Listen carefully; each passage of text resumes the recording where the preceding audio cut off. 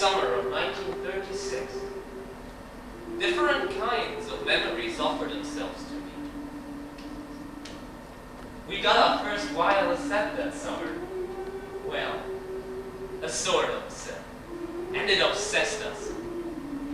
And because it arrived as August was about to begin, my Aunt Maggie, she was the joker of the family. She suggested that we give it a name.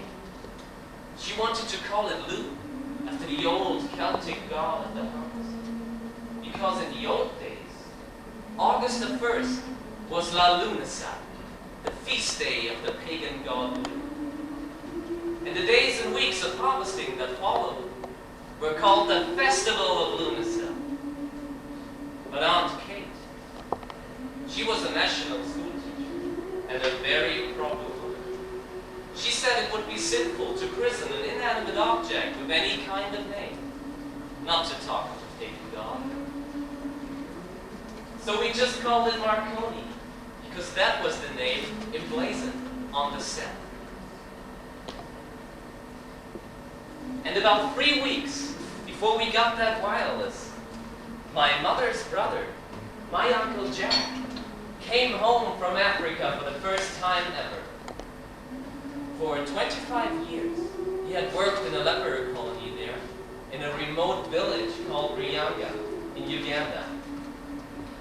The only time he ever left that village was for about 6 months during World War I, when he was chaplain to the British forces in East Africa. Then, back to that grim hospice, where he worked without a break for a further 18 years. And now, in his early 50s, and in bad health, he had come home to Ballybeg. And as it turned out, to die. And when I cast my mind back to that summer of 1936, these two memories of our first wireless and of Father Jack's return are always linked.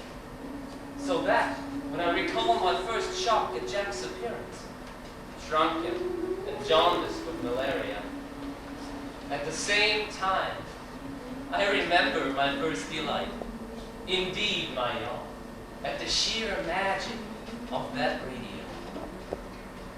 And when I remember the kitchen, throbbing with the beat of Irish dance music beamed to us all the way from Athlone, and my mother and her sisters suddenly catching hands and dancing a spontaneous step dance together, laughing, screaming, like excited schoolgirls.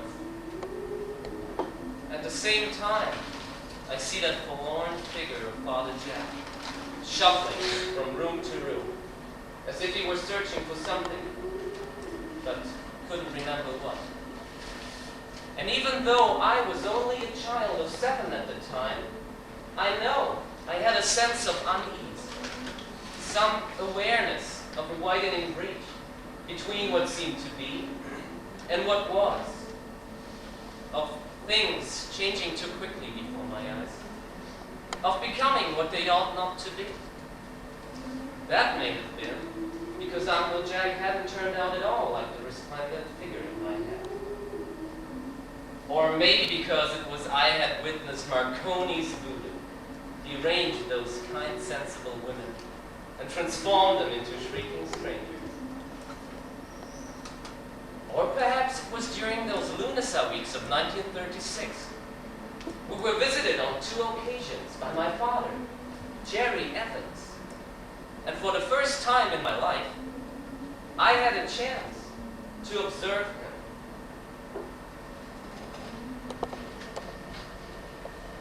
When are we going to get a decent mirror to see ourselves in? You can see enough to do you.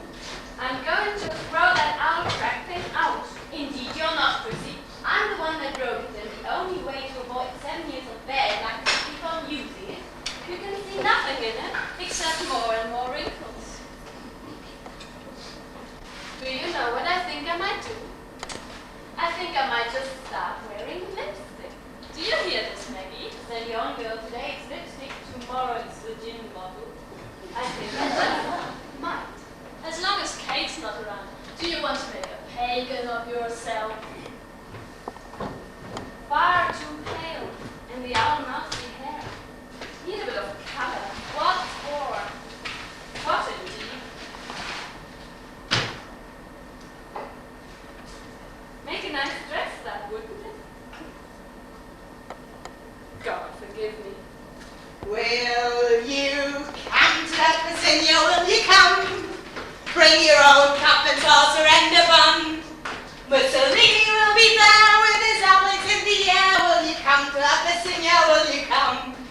Not bad, Maggie, eh? You should be on the stage, Rose. And not a bad bit of leg, Maggie, eh? Rose Mundy, where is your modesty? Now, is that not more like... Good, good, Maggie, good. Look at us, look. All right, Carapace, the two of you. Turn on the coffee, Chrissy. I told you a dozen times, the battery is dead. It is not. It went from you a while ago. You see? Take some, Rosie. Told you. That Aushild's useless. Kay will have a new battery back with her. If it's the battery that's wrong. Is Abyssinia in Africa, Eddie? Yes. Is there a war there? Yes, I told you that. Well, that's not where Father Jack was, is it? Jack was in Uganda, Rosie. That's a different part of Africa. You know that. Yes,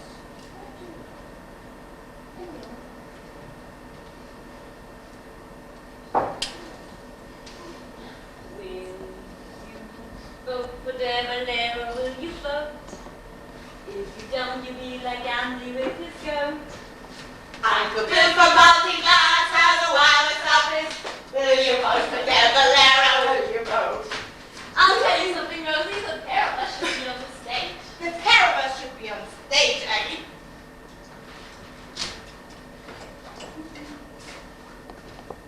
What's that son of yours at out there? God knows, as long as he's quiet. He's making something. Looks like a kite. Michael! Oh! That was the wrong thing to do. He's going to have your hair crisped. Mine's like a wind wash. Will you wash it for me tonight, Maggie? Are we off for a big dance somewhere? After I've put Michael to bed, what about then? I'm your mom. Pity there aren't some boys about to play with. Now you're talking. Couldn't we all do with that? Maggie! Wouldn't it be just great if we had... Shh. What is it?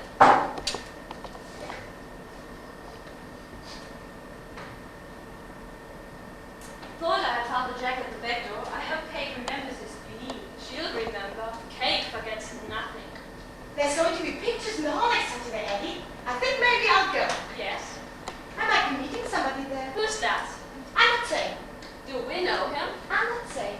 You'll enjoy that, Rosie. You loved the last picture we saw. And he wants to bring you up to the Blackhills next Sunday, up to Lughnasa. His father has a boat there. And I'm thinking maybe I'll bring a bottle of milk with me, and I've enough money saved to buy a packet of chocolate biscuits. Danny Bradley is a Scotch Rose. I never said it was Danny Bradley. He's a married man with 3 young children. And that's just where you're wrong, Missy. So there. She left him 6 months ago, Aggie, and went to England. Rose, love. And what you two talk, Christina Monday? Don't you dare lecture me. Everybody in town knows that. And you're jealous too. That's what's wrong with the whole of you. You're jealous of me. He waited for me outside the chapel gate last Christmas morning. And he gave me this. That's for my rosebud, he said. Is it a fish, Rosie? Isn't it lovely? It's made out of pure silver and it brings you good luck. It is lovely. I wear it all the time, beside my miraculous medal. I love him, Maggie. I know.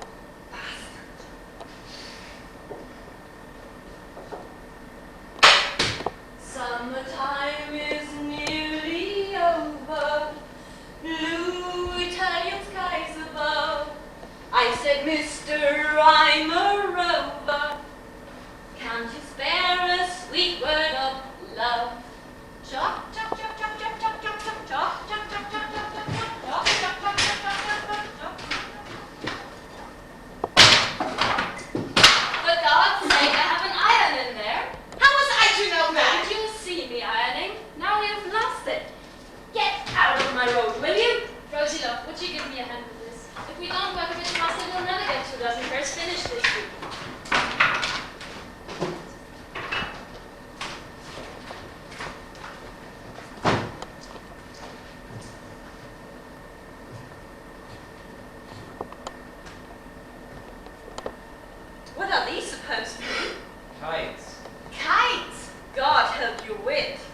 Watch where you're walking up, Maggie. You're standing on a tail. Did it squeal? Ha! I make a deal with me, Cap. I give you a penny if those things ever get around. You're on. And I've new riddles for you. Give up. What goes round the house and sits in the awning? A broom. Why is a river like a watch? You are pathetic. Because it never goes far without winding. Carry out and harry in, lift your foot and step it in. What is it? Give up. Thing will you? Give up. Have you even one brain in your head? Give up. A sock. And what? A sock. A sock. You know, lift your foot and step it. You know what your problem is, Cal? You are back stupid. Look out! There's a rat! Ah! Where? Take us, Mary children! Where is it? Caught you again, Aunt Maggie. You evil wee brat. God forgive you. I'll get you for that, Michael. Don't you worry. I won't forget that. And I had a barley sugar sweet for you. Are there bits of cigarette tobacco stuck to it? Jesus Christ! Someday you're going to fill some women's life full of happiness. There. I hope it chokes you. Chok, chok, chok, chok, chok, chok, chok, chok, chok, chok, chok, chok, chok, chok, chok, chok, chok. When I saw Uncle Jack for the first time, the reason I was so shocked by his appearance was that I expected, well, I supposed a hero from a schoolboy's book. Once, I had seen a photograph of him, radiant and splendid, in his officer's uniform. It had fallen out of Aunt Kate's prayer book, and she snatched it from me before I could study it in detail. It was a picture taken in 1917, when he was chaplain to the British forces in East Africa. And he looked magnificent. But Aunt Kate had been involved locally in the War of Independence. So Father Jack's brief career in the British Army was never referred to in that house. All the same, the wonderful Father Jack of that photograph was the image of him that lodged in my mind. But if he was a hero to me, he was a hero and a saint to my mother and to my aunts. They pored over his occasional letters. They prayed every night for him and for his lepers and for the success of his mission. They scraped and saved him. 6 pence here, a shilling there. Sacrifices they made willingly, joyously, so that they would have a little money to send to him at Christmas and for his birthday. And every so often, when a story would appear in the Donegal Inquirer about our own leper priest, as they call it, because Ballybag was proud of him, the whole of Donegal was proud of him, it was only natural that our family would enjoy a small share of that fame. It gave us that little bit of status in the eyes of the parish, and it must have helped my aunts to bear the shame Mother brought to the household by having me, as it was called then, out of wedlock. Well, that's what I call a busy man. Come here and give your Aunt Kate a big kiss.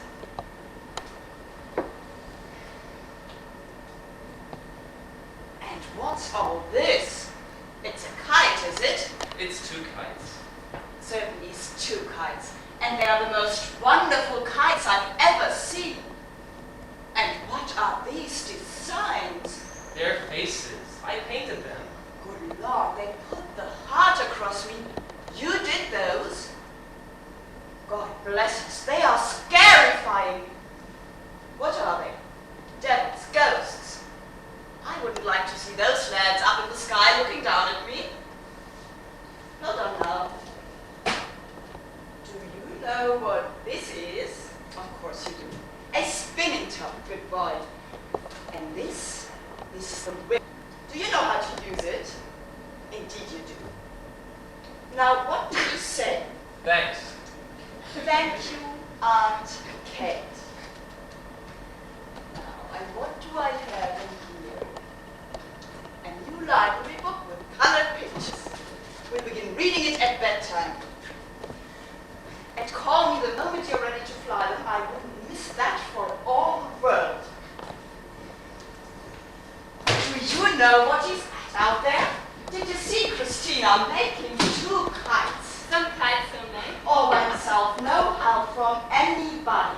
You always said he was talented, Kate. No question about that.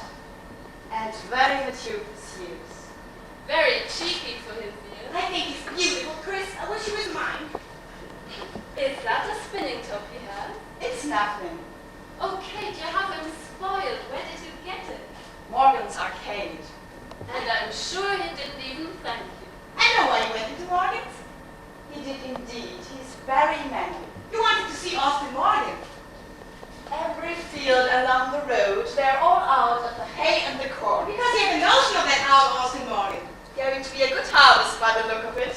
Look, she's blushing. Isn't she blushing? You need to put a stitch in that hem, Rosie. But what you don't know is that he's going with a wee young face and carry fat. Rose, what Austin Morgan does or doesn't do with any wee young... Why are you blushing then? Why, Kate? For God's sake, Rose, shut up, would you? Anyhow, oh no, you always have to... Pass me those needles, would you please?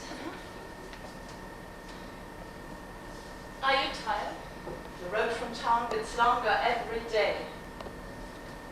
And you want any day? Benedikt is off its head, I'm telling you. Everywhere you go, everyone you meet, it's the one topic. Are you going to the harvest dance? Who are you going with? What are you wearing? This year's is going to be the biggest ever and the best ever. All the same, I remember some great harvest dances. Don't we all? Another of those riveting Annie and P. Smithson novels for you, Agnes. Thanks. The Marriage of Nurse Harding. Oh dear. For you, Christina, 1 teaspoonful every morning before breakfast. What's this? Cod liver oil. You are far too pale. Thank you, Kate. Because you take no exercise. The quinine. The doctor says it won't cure the malaria, but it might help to contain it. Is he in his room? He's wandering about at the back somewhere. I told the doctor you thought him very quiet, Agnes. Yes? Well, didn't you? And the doctor says we must remember how strange everything here must be to him after so long. And on top of that, Swahili has been his language for 25 years, so that it's not that his mind is confused, but that he has difficulty in finding the English words for what he wants to say. No matter what the doctor says, Kate, I think his mind is a bit confused. Sometimes he doesn't know the difference between us. I've heard him calling you Rose, and he keeps calling me some strange name like... Okawa. That's it. Aggie, you've heard him, haven't you? Okawa was his houseboy. He was very attached to him. Think I'm getting corns in his foot. I hope I don't end up crippled like poor mother. May she rest in peace. Wouldn't it be a good one if we all went? Wait, where? To the harvest dance. Aggie? Just like we used to, all dressed up. I think I'd go. I do too. I go with you, Aggie. For God's sake, I hope you are not serious, Agnes. I think I am. There's more than balance back of its head. I think we should all go. You know what it'd be like. Crawling with cheeky young brats that I taught years ago. I'm game. We couldn't, Aggie, could we? And all the riff-raff of the countryside. I'm game. Proud Aggie, you know how I love dancing. What do you say? You have a 7-year-old child. Have you forgotten that? You can wear that brown dress of mine. You have the figure for it, and it brings out the color of your eyes. Can I have it? God, Aggie, I could dance all night, all week, all month. And you'd look after Father Jack. And you look great in that cotton dress you got for confirmation last year. So beautiful in it, Kate. What sort of silly And talk you is can wear my brown shoes with crossover straps. this? Is silly talk. Agnes, we can't. How can we? Will Maggie go with us? Will Maggie what? Try to stop her. Agnes, what do you think? We're going. Are we? We're off! We're away! Maybe we're mad. Are we mad? It cost 4 and 6 to get in. High five, Conseil. I'll take you. I'll take us all. Hold on now. How many years has it been since we were at the harvest dance? And any dance! And I don't care how young they are, how drunk and dirty and sweaty they are. I want to dance, Kate. It's the festival of Lughnasa. I'm only 35, I want to dance. I know, Agnes, but all the same, I don't know if It's settled. We're going. The Monday girls, all 5 of us together. like we still. Like we used to. I love you, and you love your mom and chocolate biscuits. No, we are going nowhere. But if I want to Look at yourselves, will you? Just look at yourselves. Dancing at our time of day. That's for young people with no responsibilities and no duties and nothing in their heads but pleasure. Kate, I think we're going. Do you want the whole countryside to be laughing at us? Dancing, women of our day, mature women. What's come over you all? No? This is Father Jack's house. We must never forget that ever. No, we are going to no harvest dance. But you just said it! And there be no more discussion about it, the matter's over, and I don't want it mentioned again.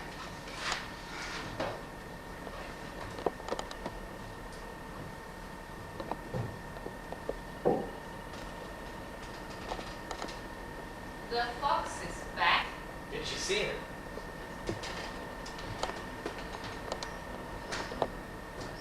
He has a Hauschild at the hen house door. Did you get a look at him, Aunt Maggie? Wasn't I talking to him? He was asking for him. What's that you got in your hands? Something I found What? sitting very still at the foot of the holly tree. Show me. Say please 3 times. Please, please, please. In Swahili. Are you going to show it to me, or are you not? Now come. Put your ear over here. Listen. Shh. Do you hear it? I think so. Yes.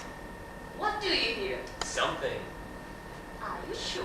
Yes, I'm sure. Show me, Aunt Maggie. All right. Get back a bit. Bit further. Ready?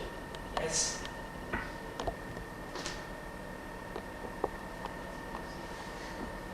Did you see it? What was it? Wasn't it wonderful? Was it a bird? The colors are so beautiful. Trouble is, just one quick glimpse, that's all you ever get.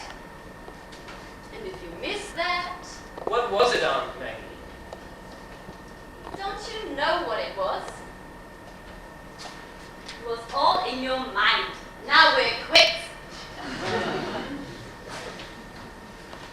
I'm sick of that white rooster of yours, Rosie. Some pet there.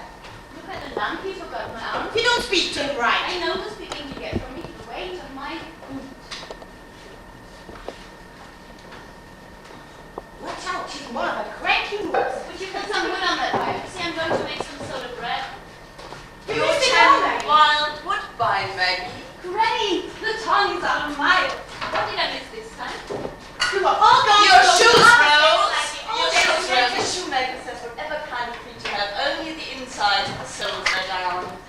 Is that a bad thing? That's neither a good thing nor a bad thing. It's just distinctive, as might be expected.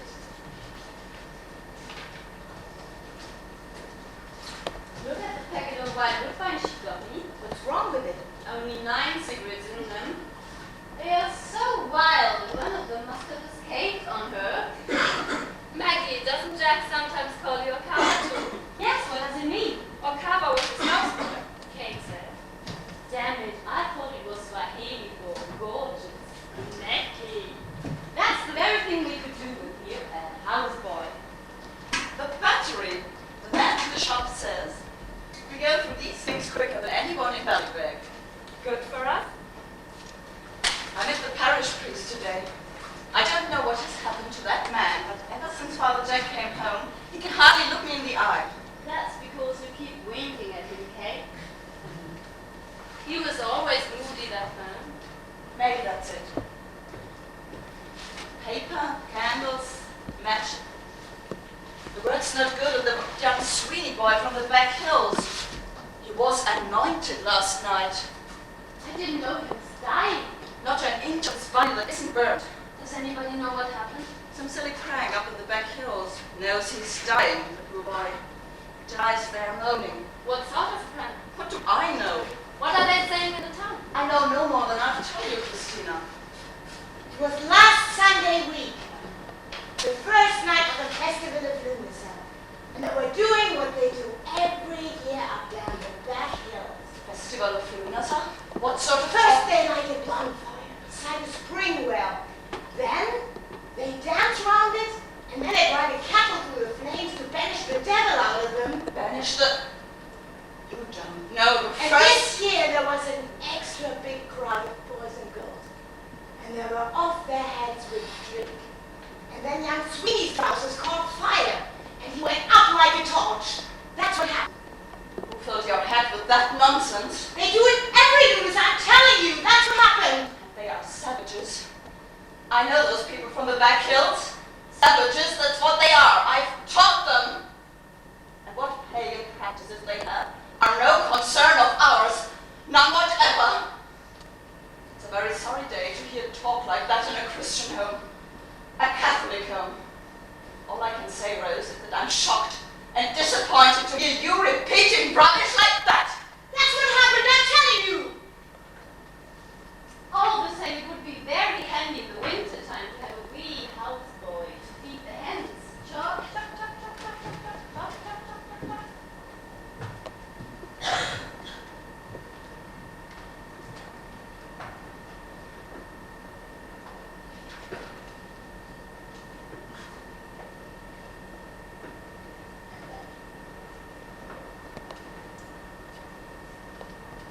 I beg your pardon. The wrong apartment. Forgive me. Come in, Jack. Mayor. You're looking well, Jack. Yes. I expect to change to my bedroom. For that. What I am missing. What I require. I had a handkerchief in my pocket. And I think perhaps I... Here's a handkerchief. Thank you. I'm grateful. It is so strange. I don't remember the architecture. The planning. What's the word? The layout. I don't recollect the layout of this home. Scarcely. That is strange, isn't it? I thought the front door was there. You walked to the village to buy stores, Agnes? It's Kate, and dozens of people were asking for you. They remember me. Of course they remember you. And when you're feeling stronger, they're going to have a great public welcome for you. Flags, bands, speeches, everything. Why would they do this? Because they're delighted you're back. Yes.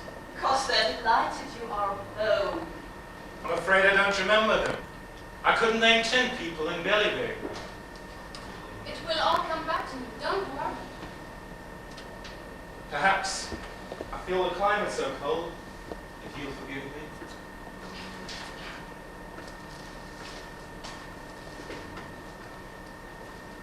Why don't you lie down for a while?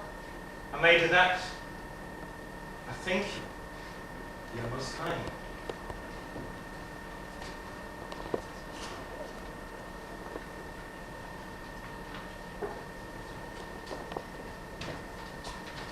Now, it will be a slow process, but he'll be fine.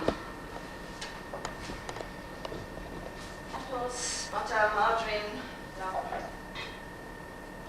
And wait till you hear. Who did I meet in the post office? Maggie, are you listening to me? Yes. You will never believe it. Your old pal, Bernie O'Donnell, come from London, first time back in 20 years. Bernie! Absolutely gorgeous. The figure of 18. Dressed to kill from head to foot. And the hair as black and as curly as the day she left.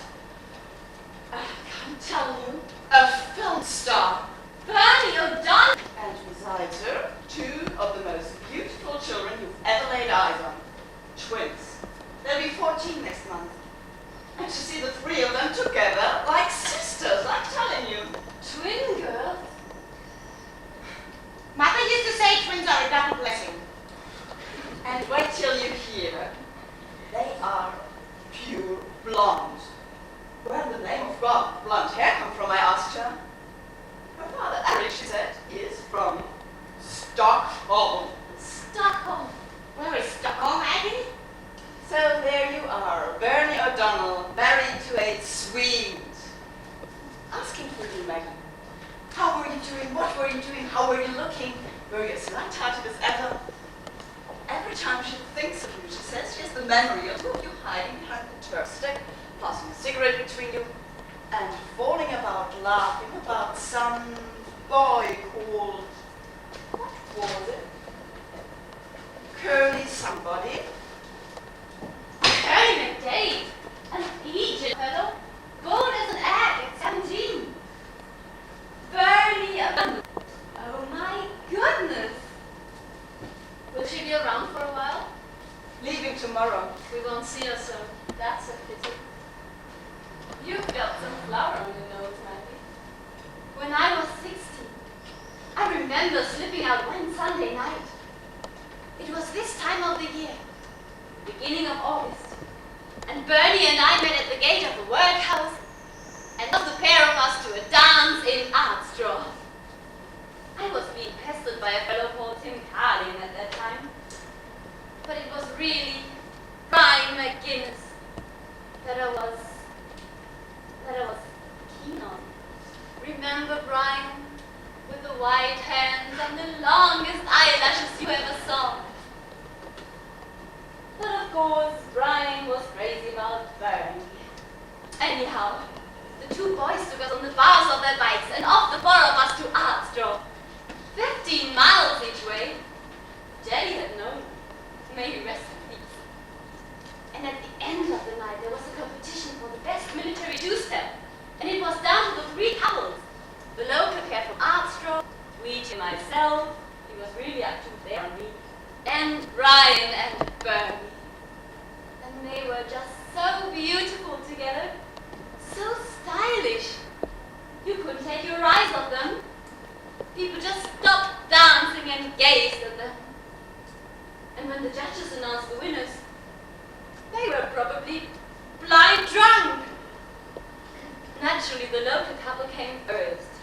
Weetiny and myself came second, and Brian and Bernie came third. Poor Bernie was stunned. She couldn't believe it. Couldn't talk.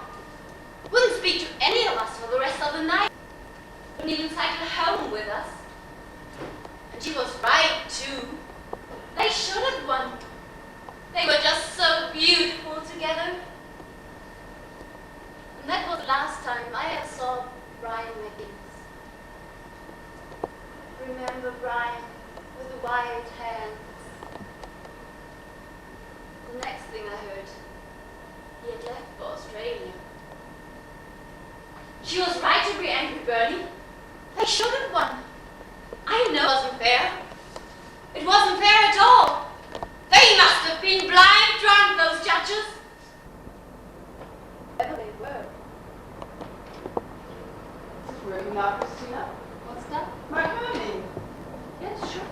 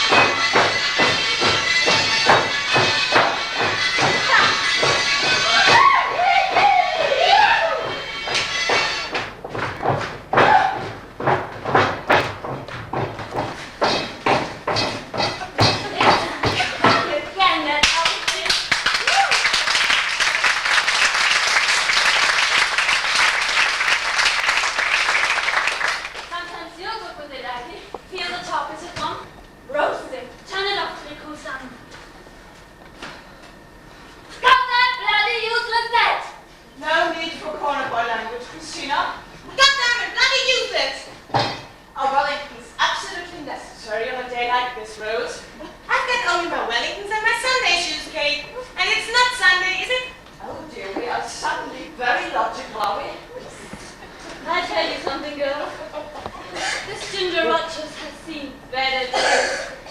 It's those cigarettes I kill you. Wonderful, wild woodbine. Next best thing to wonderful, wild man. Wonder drag, kitty.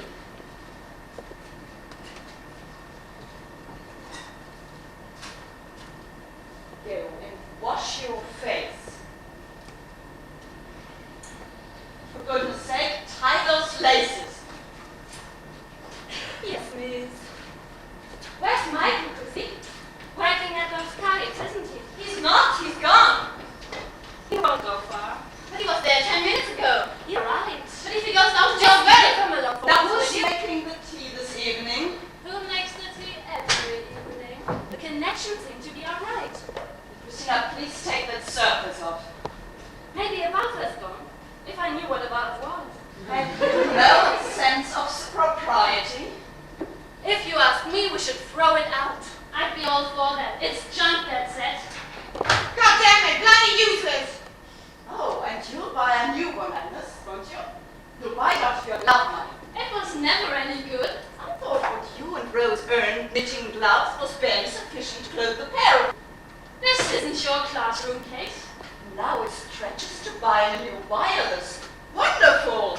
I make every meal you sit down to every day of the week. Maybe I should start knitting gloves. I wash every stitch of clothes you wear. I polish your shoes. I make your bed. We both do, Rosie and I.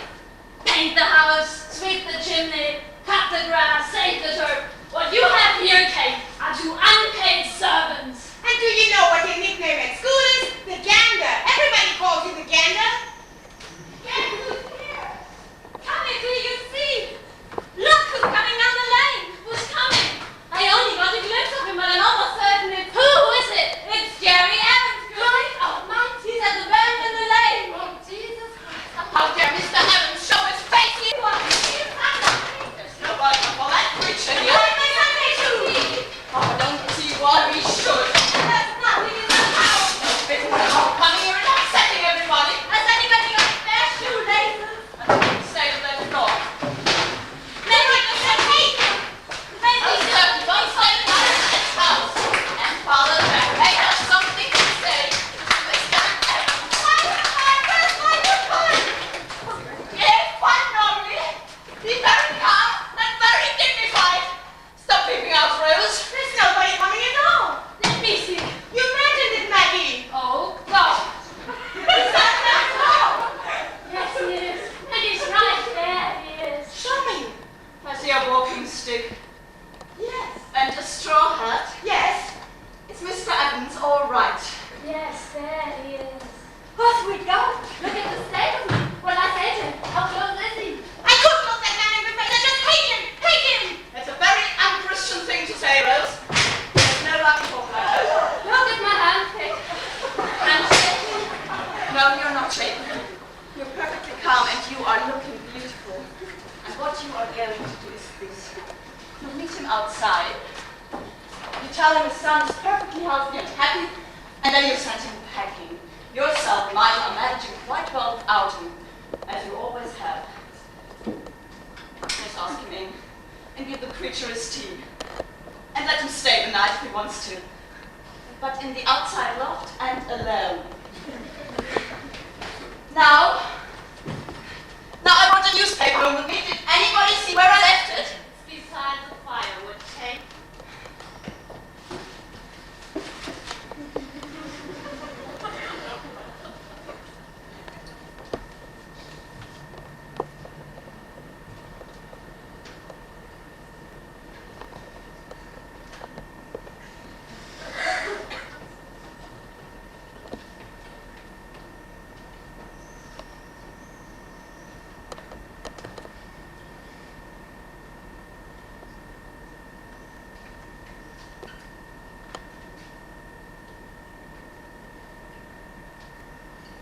How are you, Chrissy?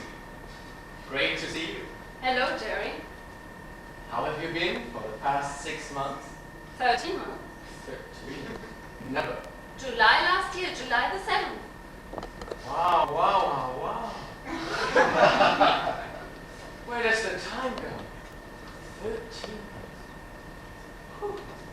A dozen times, 2 dozen times I planned a visit. And then something turned up. And I couldn't get away. Well, you're here now. Certainly am.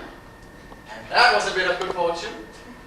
Last night in a bar in Sligo, bump into this chappie, the brand new Morris Cowley, who let slip that he's heading for Billyberg in the morning.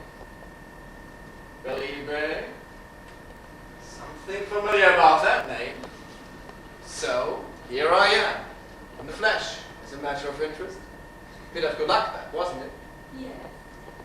Just let it slip. Here I am. Oh yes, wonderful luck that. Yes. Looks terrified, the poor fellow. Terrified, my lord. Come over till you see them, Agnes. Not just now. I'm sure he could do with a good meal. I'll give him 3 more minutes. Then if she doesn't hunt him, I will.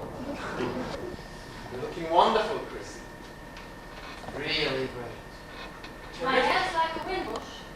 Oh, it looks lovely to me. Maggie's going to wash it tonight. And how's Maggie? Fine. And Rosenfeld? Grand. And Agnes? Everybody's well then. Tell her I was asking for her, Agnes. I would ask you in, but the place is... No. Some other time. The old schedule is a bit tight today. Thanks all the same. The chappie who gave me the lift tells me Father Jack's home. Just a few weeks ago. All the way from Africa. Yes.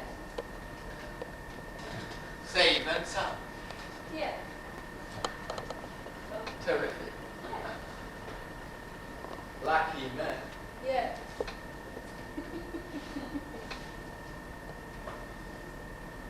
Must take up some exercise. Putting on too much weight. He's not still there, is he? Yes. Doing what in God's name? Talking. Somebody please tell me what they have to say to each other. He's Michael's father, Kate. That's a responsibility never burdened Mr. Evans. Come over till you see them. Not just now. A commercial traveler called into Kate's school last week. He had met you somewhere in Dublin. He had some stupid story about you giving them yesterday. He was right. You was not. Crossed the old ticket. Real lesson.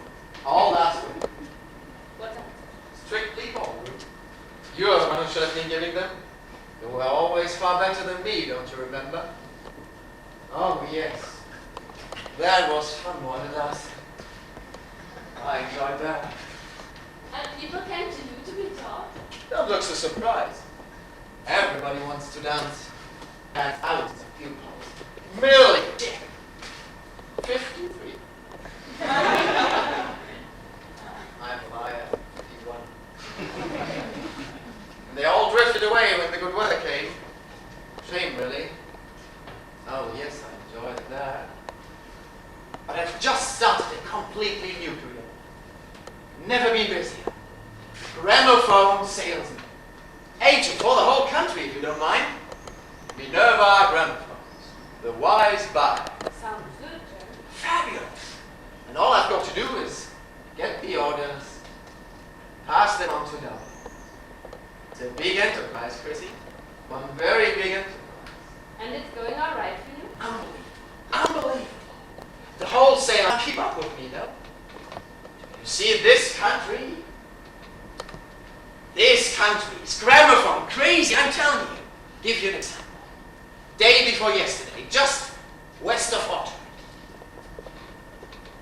Spots the small house on the side of a hill. Something seemed just right by it, you know? Off the bike, up the lane, knocks. Out comes this enormous chappie with red hair.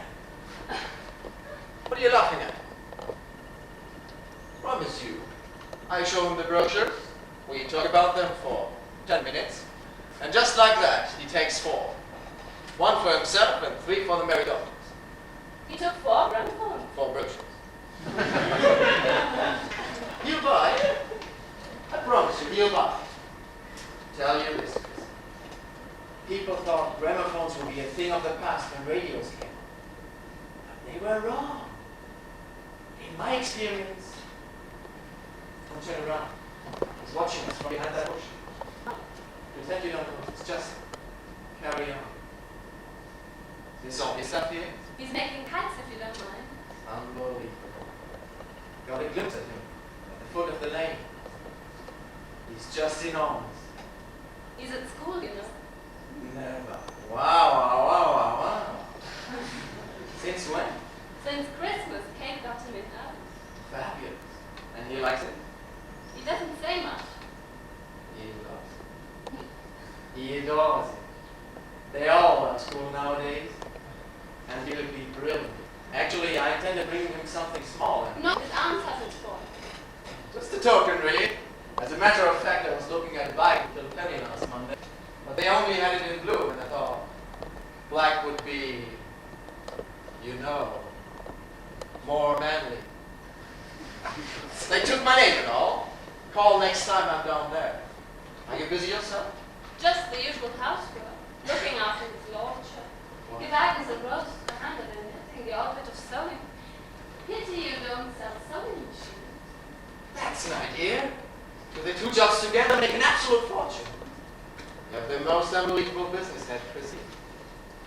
Never met anything like it. Well, You should see the way she's looking at him. You think he's the biggest top in the world. Tinker, more likely. Loafer. Wastrel. She knows all that too. Two? That's all there is. Come over till you see them, Agnes. Not just now. Thinking of going away for a while, Chrissy. Where to? But I'll come back to say goodbye first. Are you going home to Wales? Wales. Wales isn't my home anymore.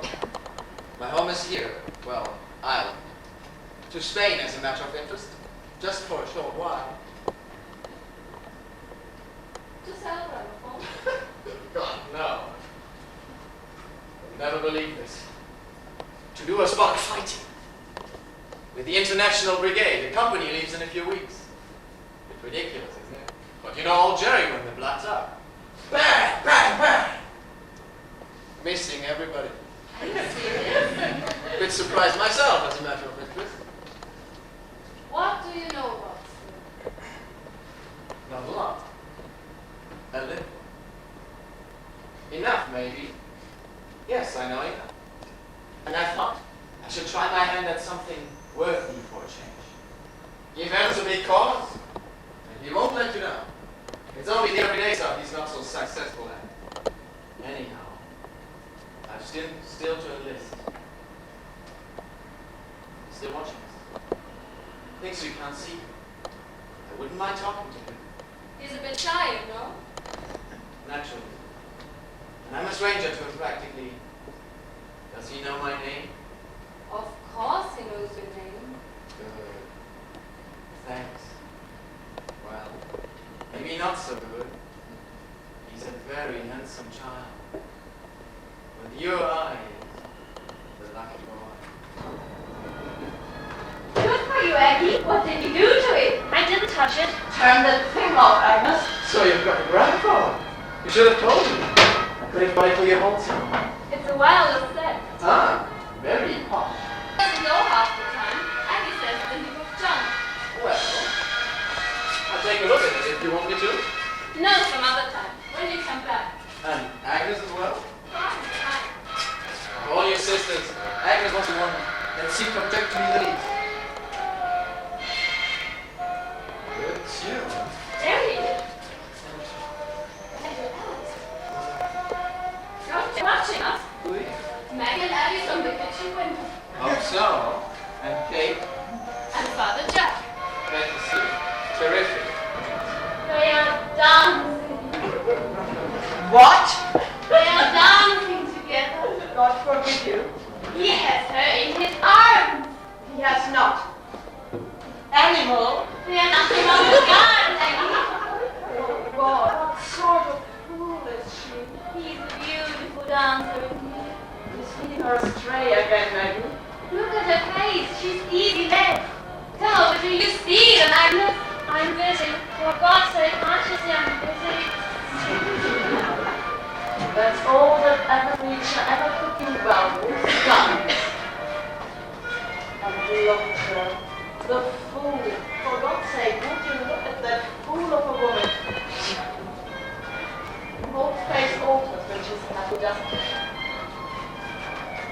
and they dance so well together.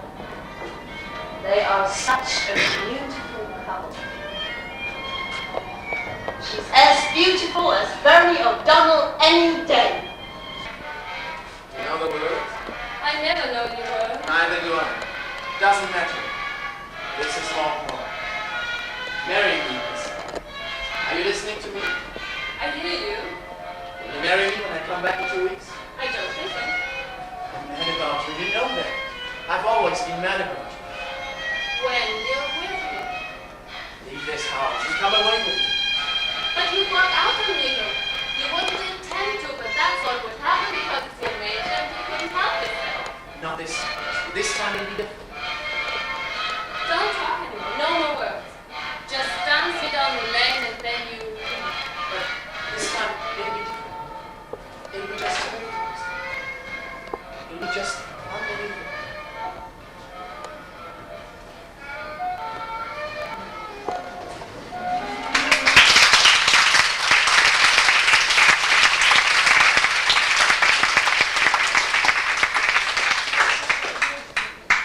They're away. Dancing. That's all it seems to last, a few minutes at a time. And we probably won't see Mr. Adams for another year until humor suddenly takes him again. He had a Christian name. And in meantime, Christina's heart will get crushed again. That's what I mind. But what really infuriates me is that the creature has no sense of ordinary duty. Does he ever wonder how she clothes and feeds Michael? Does he ask her? Does he care? I'm going out to get my head cleared. Bit of a headache all day. Seems to me the beasts of the field are more concerned for their young than that creature has. Do you ever listen to yourself, Kate? You are such a damn righteous bitch. And his name is Gerry. Gerry! And what was all that about? Who's to say? Don't I know his name's Gerry? What am I calling him? St. Patrick? The violets were scenting the wood. Maggie, And if you knew your prayers as well as those old pagan songs. when I first said you love She's right, I am a righteous bitch. Maggie, and said you'd love only me. Now, who's got a puppy? You work hard at your job. You try to keep the home together. You perform your duties as best you can. And then suddenly you realize that it's all about to collapse, Maggie. Nothing's about to collapse, Kate. That young Sweeney boy from the back hills. The one who was anointed. His trousers didn't catch fire, as Rose said. We were doing some devilish thing with a goat, some sort of sacrifice for the Lughnasa festival. And young Sweeney was so drunk that he toppled over right into the middle of the bonfire. And Mr. Evans is off for another year again. And next week, the week after, Christina collapsed into one of her depressions again. Remember last winter, all the ranting and sobbing in the middle of the night? I don't think I could go through that again, Maggie. The doctor says he doesn't think that Father Jack's mind is used, but that his superiors probably had no choice but sent him home. Whatever he means by that, Maggie. And the parish priest did talk to me today.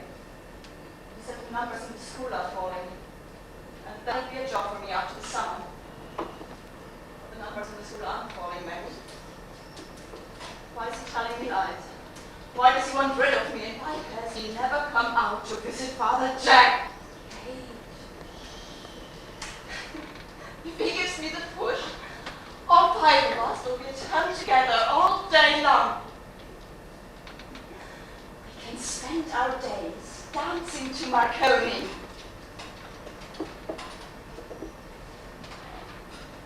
What worries me most of all is Rose.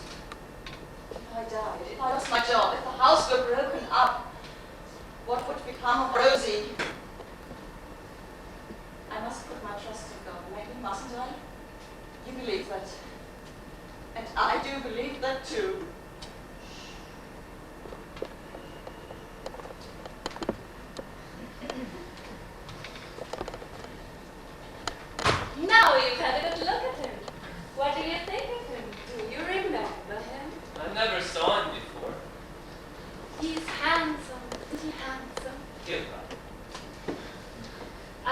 you a secret. The others aren't to know. He's got a brand new job, and wonderful at it. What does he do? And he's bought a bicycle for you. A black one. A man's one. And he's going to bring it with him the next time he comes. Is he coming back soon? Maybe. Maybe. Yes. Yes, he is. How soon? And a bit of good news for you, lucky boy. You have your mother's eye. And what's the good news here? Well, the good news here is that's the most exciting we've ever burned. Gerry's not gone, is he? Just this minute. And he says to thank you very much for the bed. Next time he's back. That will be in a week or two, depending on his commitment. Well, if the outside loft happens to be empty. And he sends his love to you all. His special love to you, Abby. And a big kiss from me. Those are beautiful, Agnes. Would Jack like some in his room? Put them on his windowsill with the wheat-cut roses so that the poor man's head won't be demented looking for the word. Now, lady dilemma, what's for tea? Let me make the tea, Maggie. We'll both make the tea, maybe something grilling with tomatoes. I've got two, I think. Or if you prepare, wait, I'll get that soda bread made. I'm making the tea, Maggie. Let me. Just today. I make the tea every evening, don't I? Why shouldn't I make it this evening as usual? No reason at all. Aggie's the chef. Everybody's doing it, picking their nose and chewing Maggie, it. please. If she knew her prayers half as well as she knows that old pagan songs. Marconi, my friend, you're not still asleep, are you?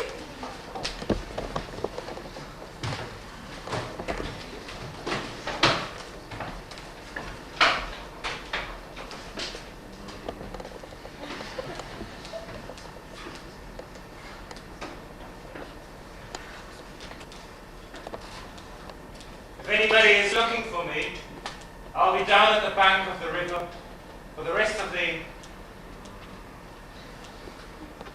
I beg your pardon. My mind was... It's Kate. It's Kate. And Agnes. And Margaret. How are you, Jack? And this is... Christina. Forgive me, Chris. You were only a baby when I went away. I remember Mother lifting you up as the train was pulling out of the station and catching your hand and waving it at me. You were so young you had scarcely any hair, but you had managed to attach a tiny pink. A tiny pink, what's the word? A bow! A bow! Just about here. As she waved your hand, the bow fell off. It's like a picture. A camera picture. A photograph. It's like a photograph in our mind. The hair isn't very much better even now, Jack. And I remember you crying, Margaret. Was I? Yes, your face was all blotchy as tears. Oh, you may be sure, beautiful as ever. And you and Kate were in Mother's right. And Rose was between you. You each had a hand. And Mother's face, I remember, showed nothing. I often wondered about that afterwards. She knew she would never see you again in her lifetime. I know that.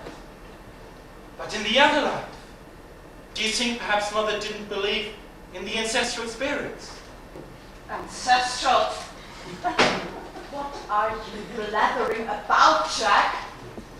Mother was a saintly woman who knew she would go straight to heaven. And don't you forget to take your medicine again this evening. You're supposed to take it 3 times a day.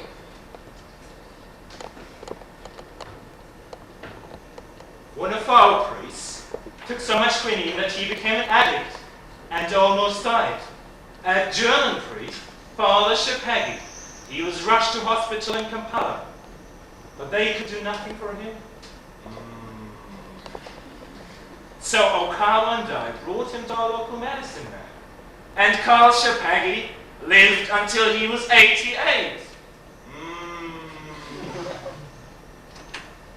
There was a strange white bird on my windowsill when I woke up this morning.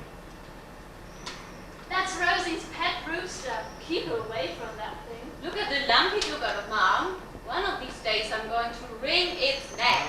That's what we do in Rianga. When you want to please the spirits, or to appease them, we kill a rooster or a young goat. It's a very exciting exhibition. That's not a word, is it? Demonstration. No. Show. No, what is the word I'm looking for? You have a ritual killing. You offer up sacrifice. You have dancing and incantations. What is the name for that hole? For that? Gone. Lost it. My vocabulary has deserted me. Never mind. I think perhaps I should put on my clothes. Did you speak Swahili all the time out there, Jack? All the time. Yes. To the people. Swahili. When Europeans call, we speak English. Or if you have a visitor, a visitation from the district commissioner. The present commissioner knows Swahili, but he won't speak it. He's a stubborn man. He and I fight a lot, but I like him. You cooperate with the English. They give you lots of money for churches, schools, and hospitals. And he gets so angry with me because I won't take his money. Reported me to my superiors in head house last year, and they were very cross. Very cross. But I like him. When I was saying goodbye to him, he thought this was very funny. He gave me this present of the last governor's ceremony you had to take home with. Ceremony? That's the word. How could I have forgotten that? The offering, the ritual, the dancing. A ceremony? Such a simple word. What was I telling you? The district commissioner gave you this present. Yes. I have it in one of my trunks. I'll show it to you later. Ceremony. I'm so glad I got that. Do you know what I found very strange? Coming back on the boat, there were days when I couldn't even remember the simplest word. Not that anybody seemed to notice. And you can always point, Margaret, can't you? Or make signs. Or make signs. Or dance. What you must do is read a lot. Books, papers, magazines, everything. I read every night with young Michael, and it's great for his vocabulary. I'm sure you're right. I'll do that. I haven't seen young Michael today, Agnes. It's Christina, Jack. Sorry, And I have still to meet your husband. I'm not married. You were never married? No. We were on the boat, Jack. We were hoping that you'd hunt about and get married for all of us. So Michael is a love child. Yes, I suppose so. In Rianga, women are eager to have love children. The more love children you have, the more fortunate your household is thought to be. Have you other love children? She certainly has not, Jack. And strange as it might seem to you, neither has Agnes, nor Rose, nor Maggie, nor myself. No harm to Rianga, Jack. But you're home in Donegal now, and as much as we cherish love children here, they're not exactly the norm. And the doctor says if you don't take exercise, your legs will seize up on you. So what we're going to do is this. I'm going to walk you down to the main road and up again 3 times. And then you'll read tea, and then you'll read the paper from back to front, and then you'll take your medicine, and then you'll go to bed. And you'll do the same thing tomorrow, and the day after, and the day after that, until we have you back to what you were. You start off, and I follow you in a second. Now, where's my cardigan?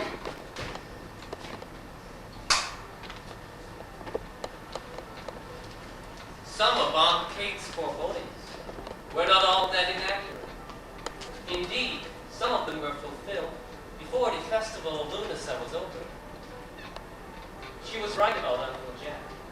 He had been sent home by his superior interiors, not because his mind was confused, but for reasons that became clearer as the summer drew too close. And she was right about losing her job in the local school. The parish priest didn't take her back when the new term began, although that had more to do with Jack than with falling numbers. And she had good reason for being uneasy about Rose, and had she known, about Agnes too. But what she couldn't have foreseen was that the home would break up quite so quickly, and that when she would wake up one morning in early September, both Rose and Agnes would have left forever. But she was wrong about my father. I suppose their natures were so out of sync that she would always be wrong about my father. Because he did come back in a couple of weeks as he said he would. And although my mother and he didn't go through a conventional form of marriage, once more they danced together, witnessed by the unseen sisters. This time it was a dance without music, just there, in ritual circles, round and round that square, and then down the lane, and back up again. Slowly, formally, with easy deliberation.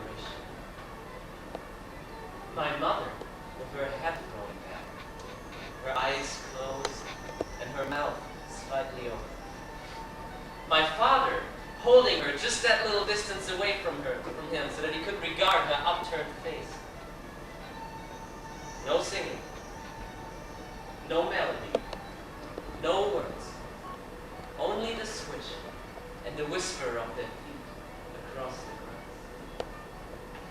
I watched the ceremony from behind that bush, but this time they were conscious only of themselves and of their dancing. And when he went off to fight with the International Brigade, my mother agreed, as any bride would agree.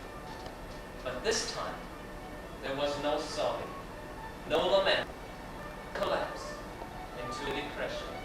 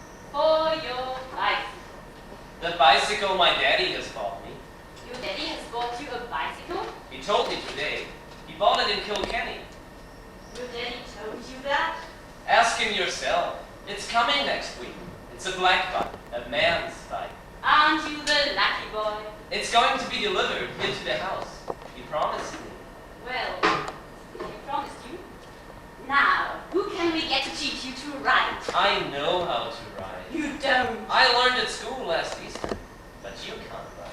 I can so. I know you can't. Maybe not by myself, but put me on a bar cup. Magnificent. You never sat on the bar of a bike in your life, Aunt Maggie. Oh yes, I did. I did indeed, Michael. Now, away, write to Santa some other time. On a day like that, you should be running about the fields like a young cow. Hold on, a new riddle for you. Give up. I'm next to an apple tree with 2 apples on it. He doesn't take apples off it. He doesn't leave apples on it. How does he do that? Give up. Then will you? Give up. Well, since you don't know, I will tell you. He takes 1 apple off. Get it? He doesn't take apples off. He doesn't leave apples on. God. You might as well be talking to a Turk's pack.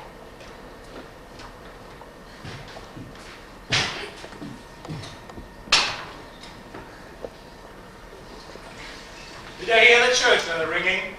The big posh wedding today. Not one of my sisters? No such luck. A man called Austin Morgan and a girl from Carrickford. Austin Morgan? Should I know that name? I don't think so. They only came in the town. And how are you today, Jack? Cold as usual, Maggie. I'm complaining about it as usual. Complain away, why wouldn't you? And it is getting colder. But you look stronger every day, Jack. I feel stronger too. Now, off for my last walk of the day. Number 3. Number 4. Down past the clothesline, across the stream, round the old world and up through the meadow.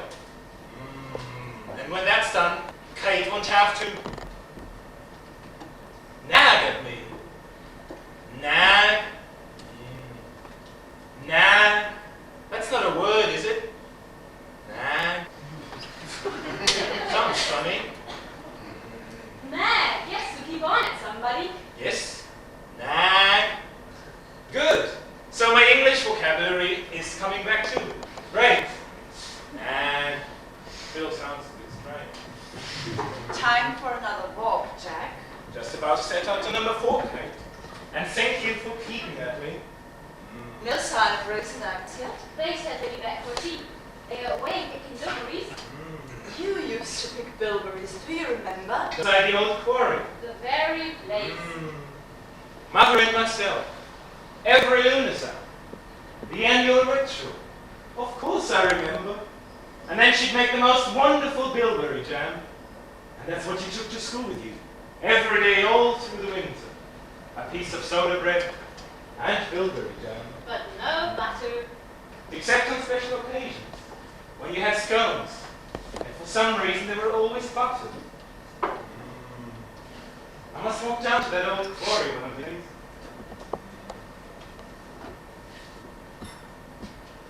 Oh, ruddier than the cherry. Oh, sweeter than the berry. Oh, nymph more bright than moonshine night.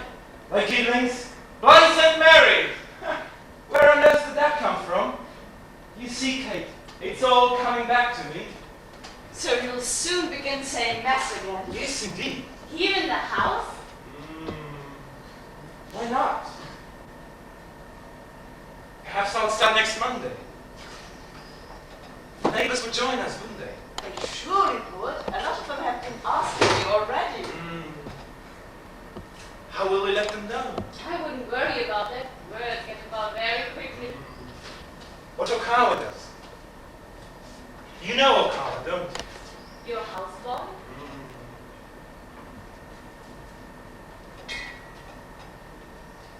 My friend. My mentor. My counselor. And yes, my houseboy as well. Anyhow, Okawa sounds our people by striking a huge iron gong. Did you hear that wedding bell this morning, Kate? Yes. Well, Okawa's gong would carry 4 times as far as that. But if it's one of the bigger ceremonies, he'll spend a whole day going around the neighboring villages, blowing on this enormous flute he made himself. And they all meet in your church? When I had a church. Now we gather in the common, in the middle of the village. If it's an important ceremony, you would have up to 3 or 400 people. All gathered together for a mass? Maybe. Or maybe to offer sacrifice. To Obi, our great goddess of the earth. So that the crops will flourish. Or maybe to get in touch with our departed fathers for their advice and wisdom. Now at this time of year, we have 2 very wonderful ceremonies. The festival of the New Yam and the festival of the Sweet Cassava. And they are both dedicated to our great goddess, Obi. But these aren't Christian ceremonies, Jack, are they? Oh no, the Ryangans have always been faithful to their own beliefs, like these 2 festivals I'm telling you about. And they are very special, really magnificent ceremonies. I haven't described those 2 festivals to you before, have I? Not to me. Well, they begin very formally, very solemnly, with a ritual sacrifice of a fowl, or a goat, or a calf, down at the bank of the river. Then the ceremonial cutting and anointing of the first yams and the first cassava, and we pass these round in huge wooden bowls.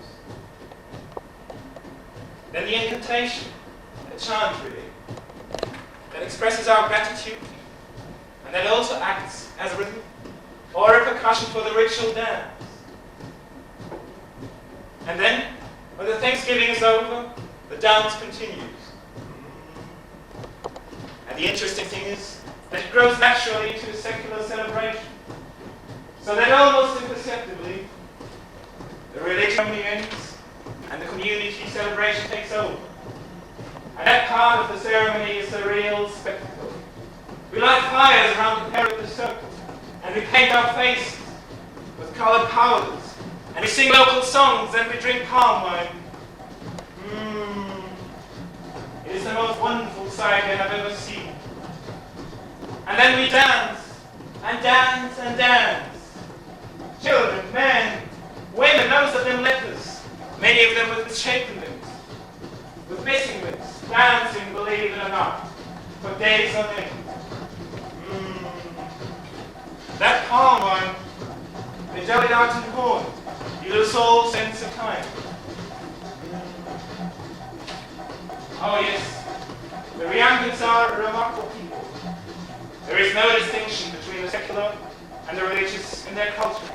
And of course a capacity for fun, for laughing, for practical jokes. They have such open hearts. In some respects, they're not unlike us. You'd love them, Maggie. You should come back with me.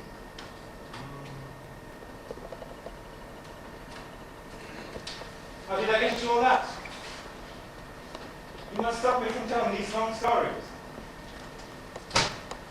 Exercise time. I'll be back in 10 minutes. And only last week, it took me half an hour to do number 4. You've done a great job with me, Kate. So please do keep nagging at me. Jack, Yes. you are going to start saying mass again, are you? We've agreed on next Monday. Haven't we, Maggie? Yes. At first light. The Agnes and Rose is my cock crowd. A harvest ceremony.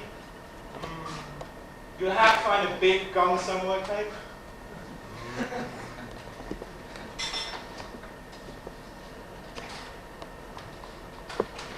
Told you. You wouldn't believe I told you. It's not back a month yet. Maggie, what do you think? He needs more time. Yesterday, I heard about that medicine man brought a woman back from death. And today, it was the spirits of the tribe. And when I mentioned mass to him, he saw how he dodged about. He said mass next Monday, Kate. He won't. You know he won't. He has changed. In another month, we'll be Completely changed. And it's what he's changed changed into that frightens me. Doesn't frighten me. For your face. Of course it does. My dear God! All the same, Katie, I don't think it's a sight I like to see. What sight? A clatter of leopards trying to do the military two-step. Monkey, God forgive you. Those poor creatures are as entitled to. This must go outside this walls. Do you hear? Not a syllable.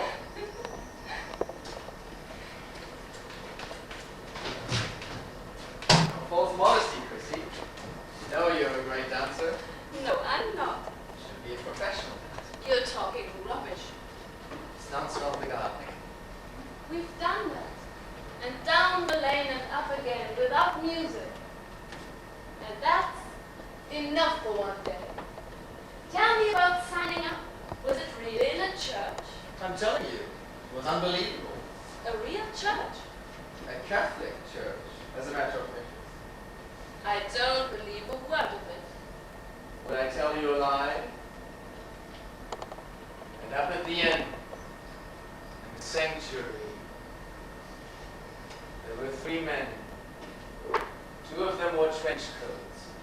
Between them, behind this lectern and wearing sort of a military cap, was this little chappie who spoke in an accent I could hardly understand. Naturally, I thought it was Spanish. From Armagh, as it turned out. I'm sure he didn't understand you either. He described himself as a recruiting officer. Take it from me, Conrad. Nobody joins the brigade without my unanimity. It's a wonder he accepted you. We offer your loyalty, your allegiance, your full endeavors to the popular front. What's the popular front? The Spanish government I'm going to keep in power. I take it you're a syndicalist. No. A Republican? Socialist? Communist? An anarchist? Do you speak Spanish?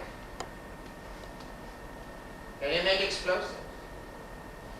Can you ride the motorbike? Yes! You're in. Sign here. Oh, you'll be a Spanish rider. Oh. And you leave on Saturday. First time. How long will you be away?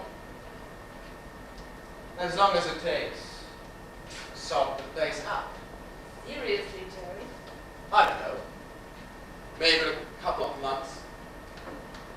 Everybody says it will be over by Christmas. They always say it will be over by Christmas. I still don't know where you're going. I'm not sure I know either. Who wants salesmen that can't sell? There's bound to be something right about the cause, isn't there? And it's somewhere to go, isn't it? Maybe that's the most important thing for a man. To have a named destination. Democracy, Believe, heaven. Women's illusions aren't so easily satisfied. They make better drifters. Anyhow, he held out the pen to sign on the dotted line. It was only when I was writing my name, and I glanced over the lectern and saw the box. What? He was standing on a box. The chappie was immediate. No bigger than 3 feet.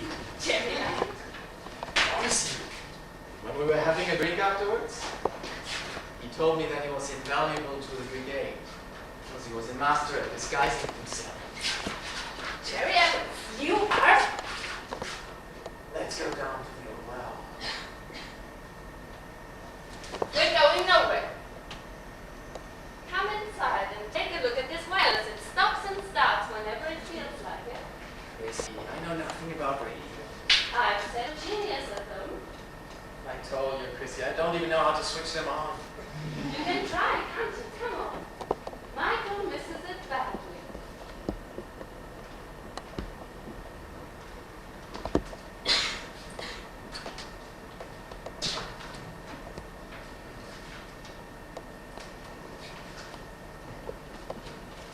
You should see Jack striding through the meadow. He looks like a new man. Were you talking to him? To sort of persuade him, you know. I am to give him this hat, and he's to give me sort of a helmet with feathers attached to it. The district commissioner gave it. Sounds a fair exchange. Chrissy says you break with radios, Gerry. I'll take a look at it. Why not? All I can tell you is that it's not the battery. I got a new one yesterday. Let me check the area first. Very often that is where the trouble lies, you know. And the next thing to check is the ignition. And then the sparking plugs. Leave it to Gerry. Sounds very knowledgeable. It may be something he can't fix. Christina, I know you're not responsible for Gerry's decisions, but it would be my conscience if I didn't tell you how strongly I disapprove of this international brigade caper. It is a sorry day for Ireland if we send young men off to Spain to fight for godless communism. For democracy, Kate. I'm not going to argue. I just want to clear my conscience. And that's the important thing, of course. And now you've cleared it. Turn the radio on, Chrissy, would you? It's on! Right. Just as we were coming out of the town, we met the knitting agent, McLaughlin. Agnes and Rose aren't back yet. We'll be here soon. She says she'll call in here tomorrow and tell them herself. The poor woman looked very distressed. Tell them what? She's not buying any more hand-made gloves. Why not? Too dear, she says. Too dear? She pays them a pittance. There's a new factory started up in Donegal town. They make machine gloves more quickly. They're far more cheaply. The people Böye used to supply by their gloves direct from the factory. That's awful news, Chrissy. She says they're organizing buses to bring the workers to the factory and back every day. Most of the people who used to work at home have signed on. She tried to get a job there herself. They said she was too old. She's 41. The poor woman could hardly speak. Oh God, poor Agnes, poor Rose, what do they do? Shh, they're back. Let them have their tea in peace. Tell them later.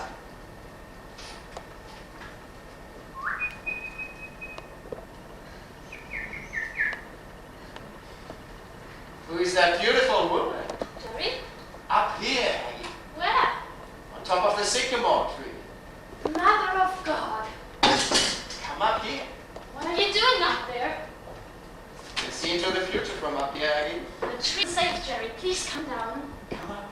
See what's going to happen to you. That branch is dead, Gerry. I'm telling you. Think you could get a job in a circus? Wow! Gerry!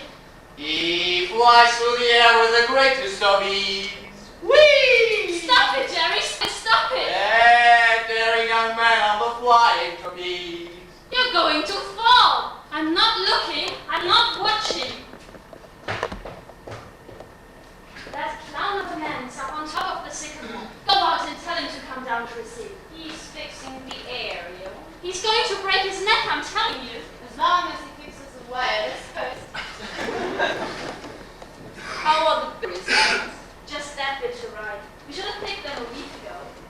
Is that a purple stain on your dress? I know. I'd only begun when I fell into a bush. And look at my hands, all scratched with briars. For all the sympathy I got from Rosie, nearly died laughing at. How is she now? Is she still in bed? Bed? She wasn't feeling well. She left me and went home to lie down. She's here, isn't she?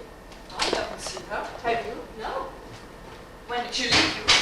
Hours ago, I don't know. Almost immediately after we got to the old quarry, she said she felt out of sorts. And she went off by herself. Yes. To come home. That's what she said.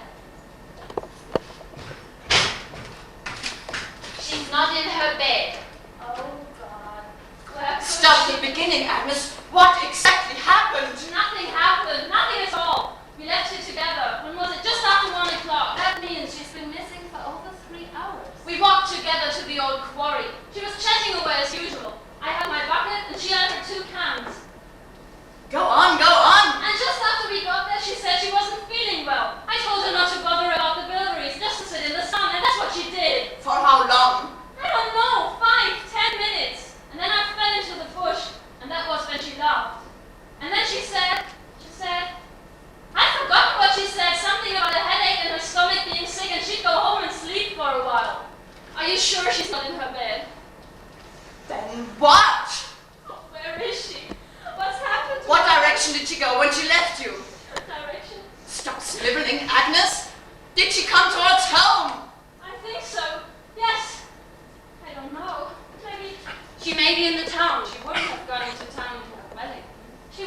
her good shoes. Are you sure? Yes, and her Sunday dress. I said to her, you are some lady to go picking bilberries with. And she just laughed and said, I'm some top, Aggie, aren't I some top? Had she a bottle of milk with her?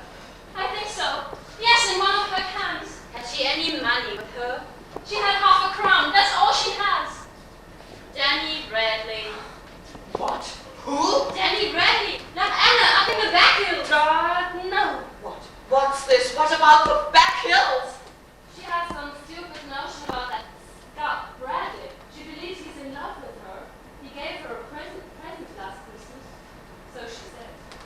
What do you know about this Bradley business? I know no more than I've often seen you and Rose whispering together. What plot has been hatched between Rose and Mr. Bradley? No plot, please. You're lying to me. You're withholding. Agnes, I want the truth. Honest to God, I don't know. I want to know everything you know. Now, okay. Stop that at once. She may be in the town. She may be on her way home now. She may have taken a weekend on her way back from the quarry. We're going to find her. You search the fields on the other side of the lane. You take the low side down as far as the main road. And you go down to the old well and search all around there. I'm going into the town to tell the police. You are going to know police. If she's mixed up with that Bradley creature, I'm not going to have it broadcast all over. I'm going to the police and you do exactly what I told you to do. There she is. Look, there she is.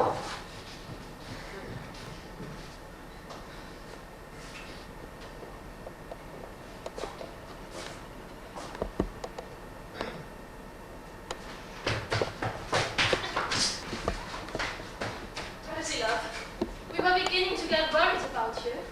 They're nice, Aggie, they're sweet. And you got a can full. Good for you. Is your stomach settled? My stomach? You weren't feeling well, remember, when we were at the old quarry. Oh, yes, I'm fine now, thanks. You left me there and you said you were coming home to lie down. Do you remember that? Yes. But you didn't come home, Rosie. That's right. And we were very worried about you. Well, here I am. Were you in the town? That's why you're all dressed up, isn't it? You went into Ballybeg, didn't you? Well, she's home safe and sound, and that is all that matters. Now, I don't know about you girls, but I can tell you, this chicken is weak with hunger. Let me tell you what's on the menu this evening. Our beverage is the usual hot, sweet tea. There is a choice between caraway seed bread and soda bread, both fresh from the chef's oven. But now we come to the difficulty.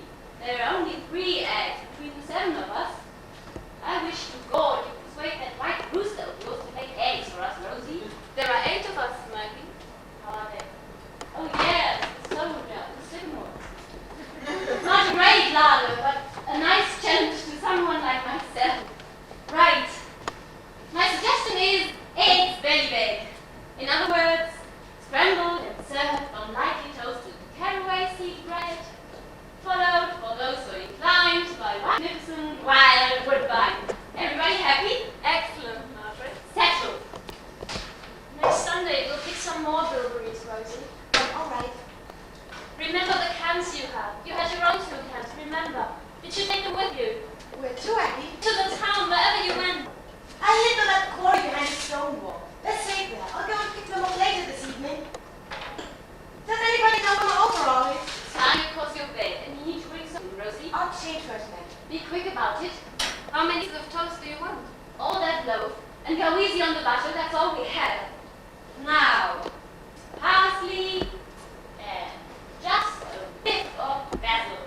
Now, I don't want you to be too optimistic, girls, but you should know I feel very creative this evening. Now, Rose. Rose, I want to know where you have been. Rose, you've been missing the entire afternoon, and I want you to tell me where you have been. Rose, where have you been for the past 3 hours? I didn't hear what you said, Rose. Lughnasa! You walked from the quarry to Lughnasa. Yes. Did you meet somebody there? Yes. Had you arranged to meet somebody there? I had arranged to meet Danny Bradley back. He brought me out in his father's blue boat. The two of us went up through the back hills. He showed me what was left of the Lughnasa fires. A few of them are still burning away up there. And we passed young Sweetie's house, you know. The boy who got burned. The boy you said was dying. Well, he's on the mend then, he says. His legs will be scarred, but he'll be all right. It's a very peaceful place up there. And there was nobody down Jenny and me. Then he walked me down as far as the workhouse gate, and I came on home by myself. And that's all I'm going to tell you. That's all any of you are going to hear.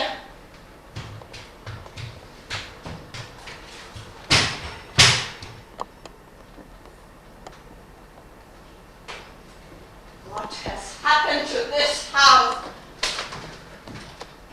Mother of God, will we ever be able to lift our heads ever again?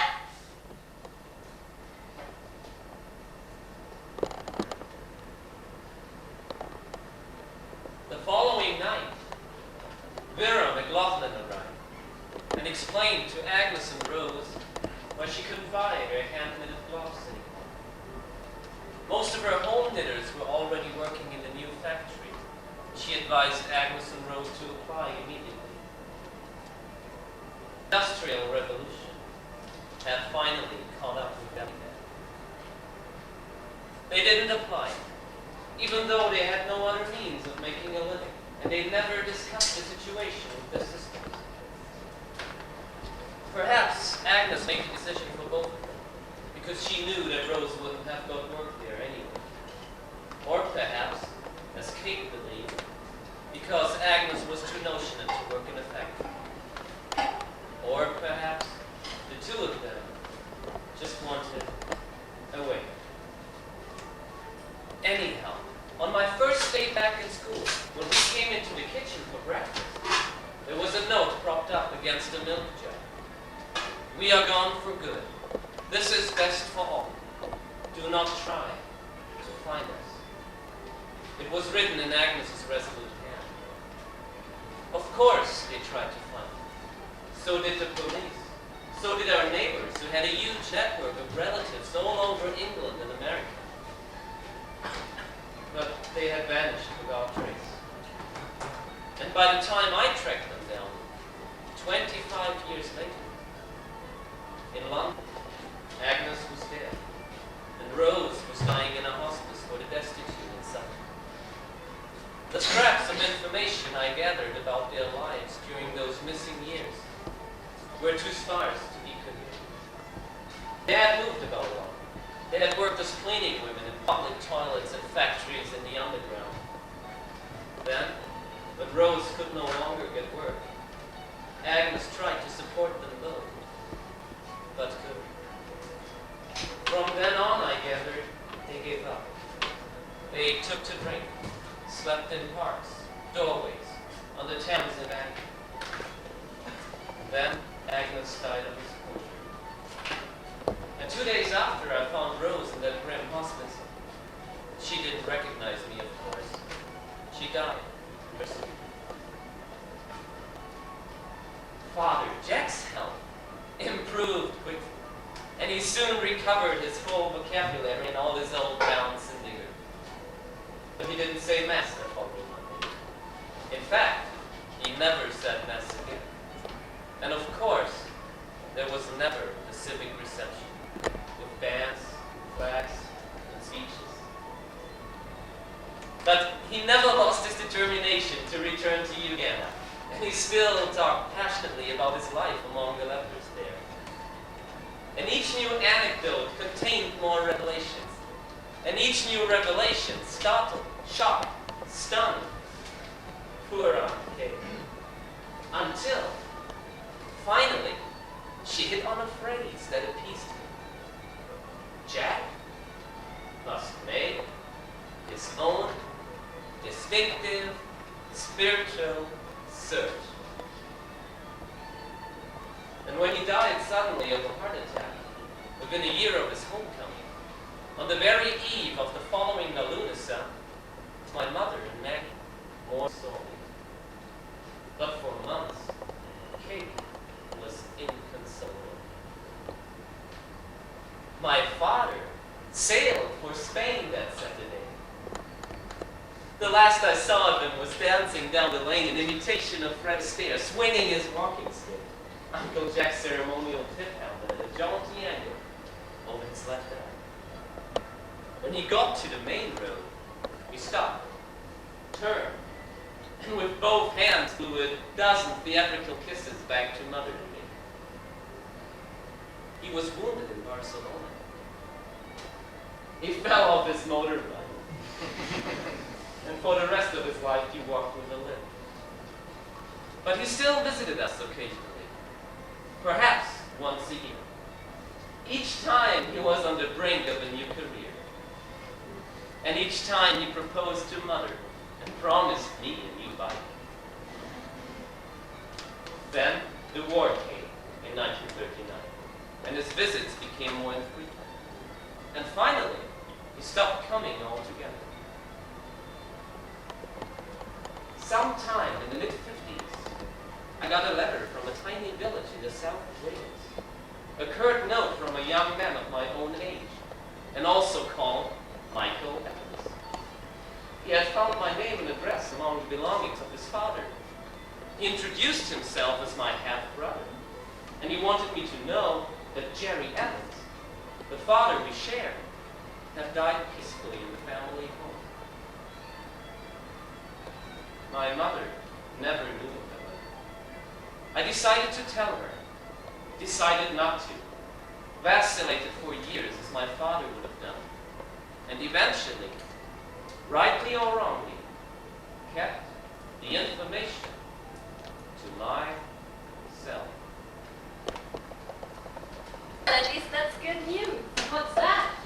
That the young Sweeney boy from the back hills is going to live. Good news indeed.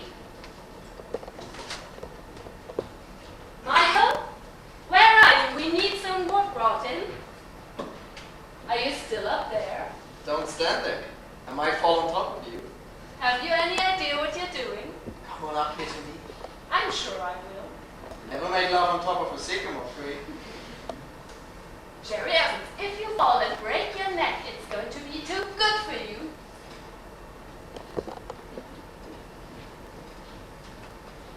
Nobody can vanish quicker than that Michael fellow when you meet him. I had a brilliant idea when I woke up this morning, Agnes.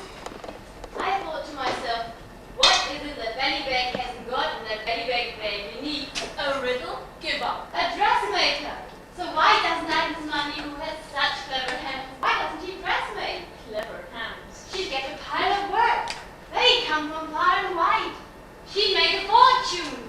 Some fortune in Bellybag. It's the job for you, Agnes, and you.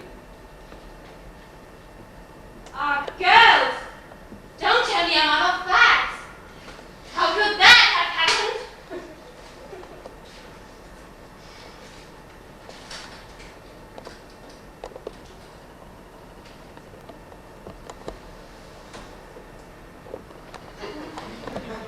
Chrissy, you are one genius. Look, Kate.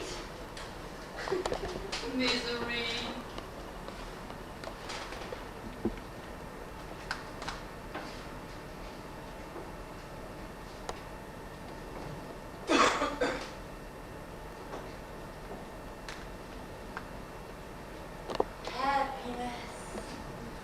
Wonder Drag. What's happened to those wonderful eggs, Bellybag? If I had to choose between one wild woodbine and a man, say 52, widower, lump, what would I do, Kate? I'd take Fatso, wouldn't I? God, I really am getting desperate.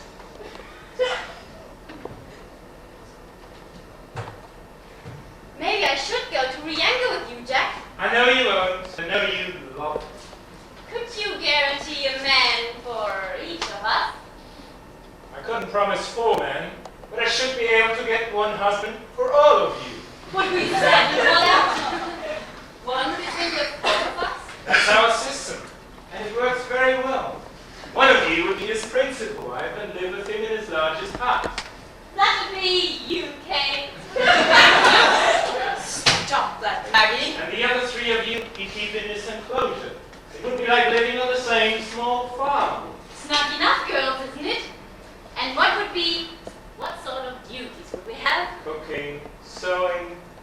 father drops the usual housekeeping tasks. Sure, that's what we do anyway. And looking after his children. That you have by you, Kate. By all four of you. And what's so efficient about that system is that the husband Jack, and the wife... it's exactly what Pope Pius XI considers to be the holy sacrament of matrimony. Listen. And you've got hens there too, Jack. We are overrun with hens. Don't dismiss it, Jill, because it's points. Would you be game, Kate? Would you give my head peace, Maggie? Tell me this, Dad. What's Swahili for chop? Chop, chop, chop, chop, chop. Do you love the climate, Kate? I'm not listening to a word you're saying. Well, any good? Jerry's got it going, listen. Ah, leave it to the expert. I have something for you, Gerry. What's that, Jack? Remember?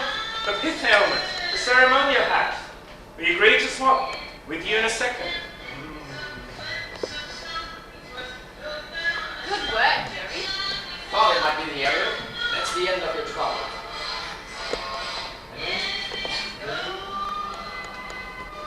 Dance with me, Abby. Have a bit of sense, Jerry Evans. Dance with the Maggie. Who wants to dance at this time of...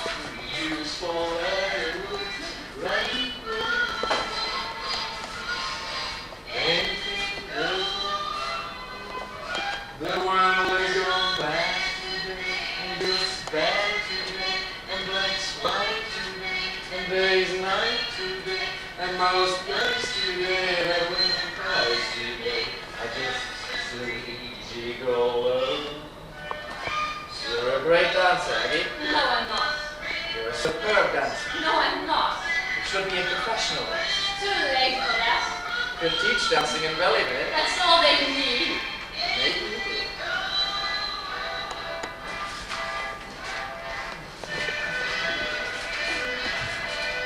There you are, safe and sound. I wish to God I could dance like you, Aggie. I haven't a breath. Doesn't she dance elegantly? Always here, Aggie. Unbelievable. Now, it's you and I. Not now. I wonder where Michael's got to. Come on, once on the floor. Not now, I said. I used it. Well, I'll dance with you, Jerry. Do you want to see real class? certainly do, Maggie. Stand back there, girls. Shirley Temple needs a lot of space. Wow. Today, most guys today, that wouldn't cry today. Just silly gigolo. Think of that damn thing. What's happened? What are you at there, Chrissy? We're only wasting the battery, and we won't get a new one till the weekend. It wasn't to be, Jerry, but there'll be another day. That's a promise, Maggie. Not a bad little setback. Peace, thanks be to God. Do you know what the thing has done? Killed all the Christian conversation in the country.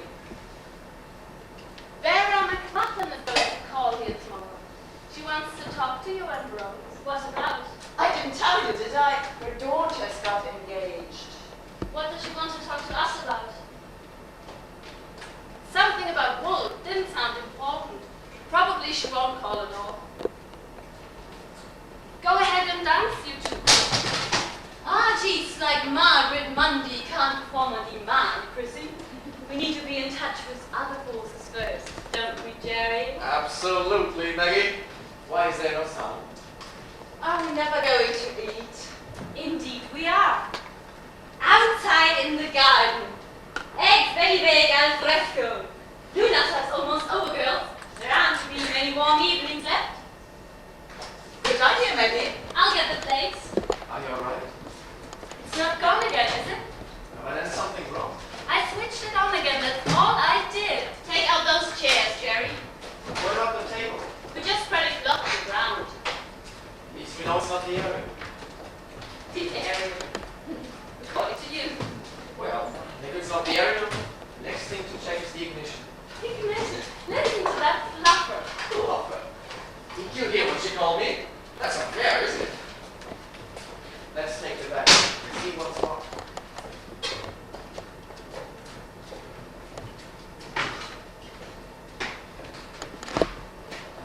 Rosie, is it? It's my rooster's dead. Oh, poor Rosie.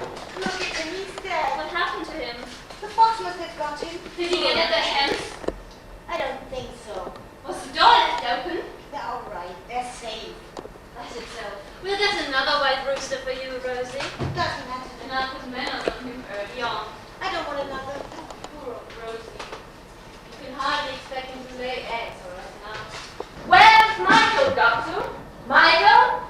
He hears me rightly, you know. I'm sure he's talking about out the back somewhere, watching us. Michael?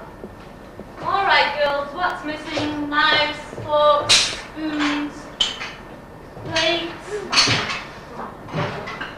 Jesus, Mary and Joseph. Gerry, my friend, where are you? Here, Jack. There you are. I put on my ceremonial clothes for the exchange. Isn't it wonderful? Unbelievable. I could do with that for Spain. Isn't it splendid? Okawa's always dressing up in it. I really must give it to him. Now, if I were at home, what we do when we swap our barter is this. I place my possession on the ground. Go ahead. Put it down, take your feet. Now take 3 steps away from it. Symbolic distancing of yourself from what you once possessed. Now turn around once. A complete circle, like this. Excellent. That's the formal rejection of what you once had. You no longer lay claim to it. Now I cross over to where you stand. And you come to the position I have left. Go ahead. Excellent. The exchange is now formally and irrevocably complete. This is my straw hat. And this is your pith helmet. Put it on. Splendid. And it suits you. Doesn't it suit it? His head is too small. What about that? Is that better, Agnes? You're lovely. In golden times a glimpse of stocky was looked on with some... What about this? Or like that? Or further back on my head? Would you look at them strutting about like a pair of peacocks? Now, tea time. I'll make the tea. Let me finish up doing dessert. You can start again tomorrow. Chrissy, turn on my pony. I think it's broken again. Gerry fixed it, didn't you? Then Chrissy got it in again. Possessed that thing, if you ask me. I wish you wouldn't use words like that, Christina. There's still great heat in the sun. Great harvest weather. I love September. Cooking time, girls. No, wait a while. Enjoy the bit of feed that's left. Next Sunday, Rosie. Is that okay? What's that, Sunday? We'll get some more bilberries. Yes, whatever you say, Aggie. Not bad for a kid of 7. Very neatly made. And look at the artwork. Wow. That's unbelievable. I keep telling this mother she has a very talented son. So there was. Have you all seen these? I hate them. I think they're just wonderful. Look, Jack. I tell you something. This boy is going to end like gramophones. I have a new riddle for you. Why is a gramophone like a parrot? Oh, Maggie. Because the gramophone is always... No. Because the parrot's always... No. Because... God, I have forgotten.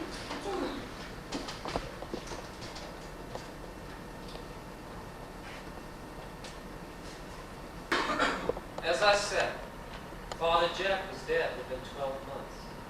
And with him and Agnes and Rose all gone, the heart seemed to go out of Dennis.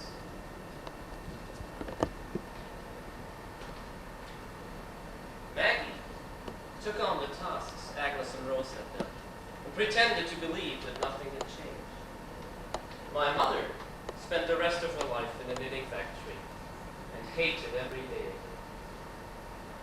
And after a few years of doing nothing, Kate got the job of tutoring the young family of Austin Morgan from the arcade.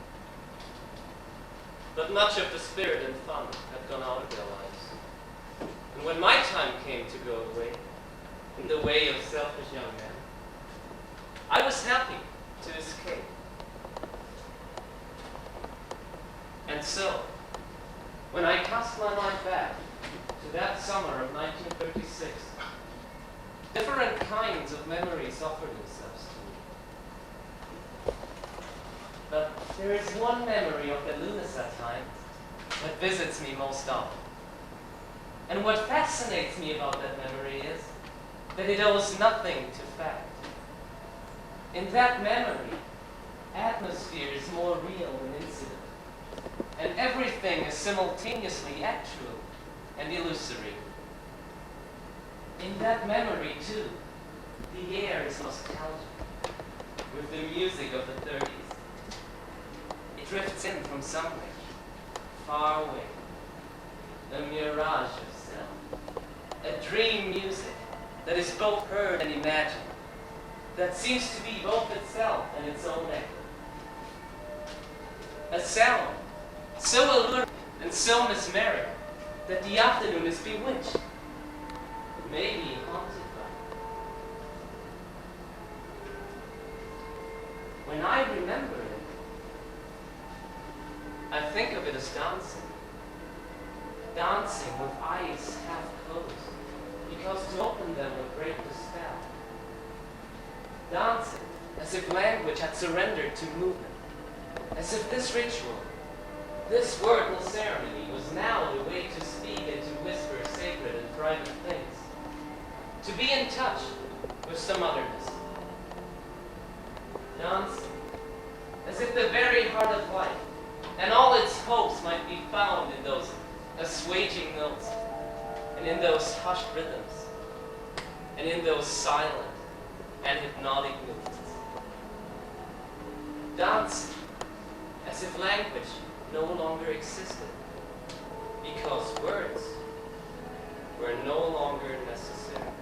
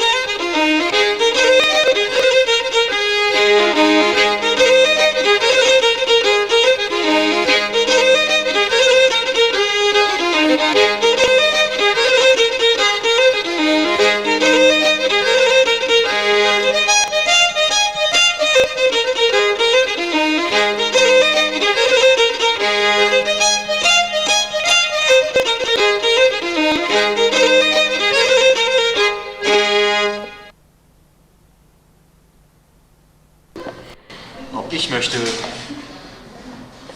meiner Freude Ausdruck geben über den Sieg der deutschen Mannschaft am gestrigen Tage über Belgien. Hurra! Deutschland hat gewonnen gestern. Hat gewonnen. 3-2.